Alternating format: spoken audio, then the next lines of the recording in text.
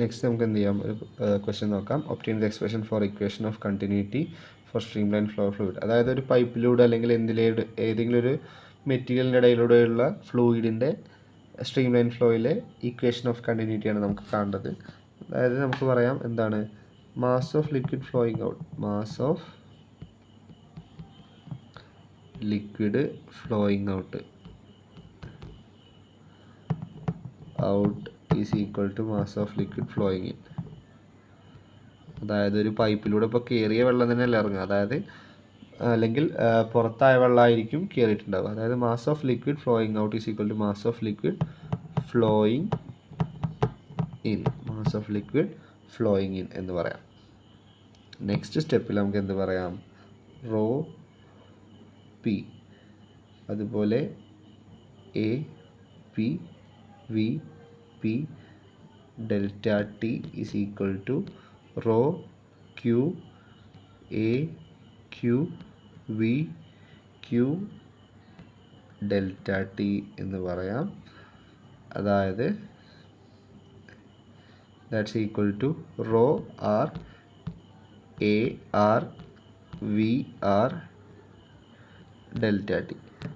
ഇനി ആ ഫിഗറിലോട്ട് നോക്കാം. ഇവിടെ 3 പോയിന്റ് ഉണ്ട്, പി ക്യൂ അതുപോലെ ആർ, പി ക്യൂ അതുപോലെ ആർ. ഈ ഓരോ പോയിന്റിൽ എന്തുണ്ടാവും, ഒരു പ്രഷർ ഉണ്ടാവും, ഒരു ഡെൻസിറ്റി ഉണ്ടാവും, ഒരു ഏരിയ ഉണ്ടാവും. ആ പോയിന്റിലൂടെ ഒഴുകുന്ന വെള്ളത്തിന് ഒരു വെലോസിറ്റി ഉണ്ടാവും. എത്ര ടൈമിലോടുന്നത്, ഡെൽറ്റ ടി എന്നുള്ള ചെറിയ സമയത്ത്. ഈ 3 ടേം എന്താണ്, എല്ലാ പോയിന്റിലും എന്താണ്, ഈക്വൽ ആണ്. അതായത് ഇപ്പോൾ പിയിൽ ഒഴുകിയ അതേ സ്പീഡിൽ തന്നെയാവും ആറിലൂടെ ഒഴുകുണ്ടാവുക, അതുപോലെ തന്നെയാവും ക്യൂയിലൂടെ ഒഴുകുണ്ടാവുക. അതാണ് ഇവിടെ പി ക്യൂ ആർ 3 പോയിന്റ്, 3ഉം സെയിം ആണ്, സ്റ്റഡി ആയിട്ടല്ലേ ഫ്ലോ ചെയ്യുന്നത്. അപ്പോൾ എല്ലാ പോയിന്റിലും വെലോസിറ്റി സെയിം ആയിരിക്കും. അതാണ് നമുക്കിവിടെ തന്നുള്ളത്.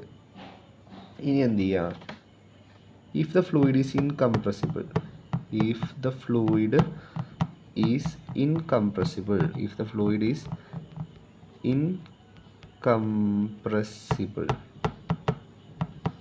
ഫ്ലൂയിഡ് എന്താണ്, ഇൻകംപ്രസിബിൾ ആണെങ്കിൽ എന്ത് ചെയ്യാം, നമുക്കിങ്ങനെ പറയാം, density at P is equal to density at Q is equal to density at R എന്ന് പറയാം. അതായത് അവിടുത്തെ ഏരിയയും ഈക്വലായി. അതുപോലെ A P into V P is equal to A Q into V Q is equal to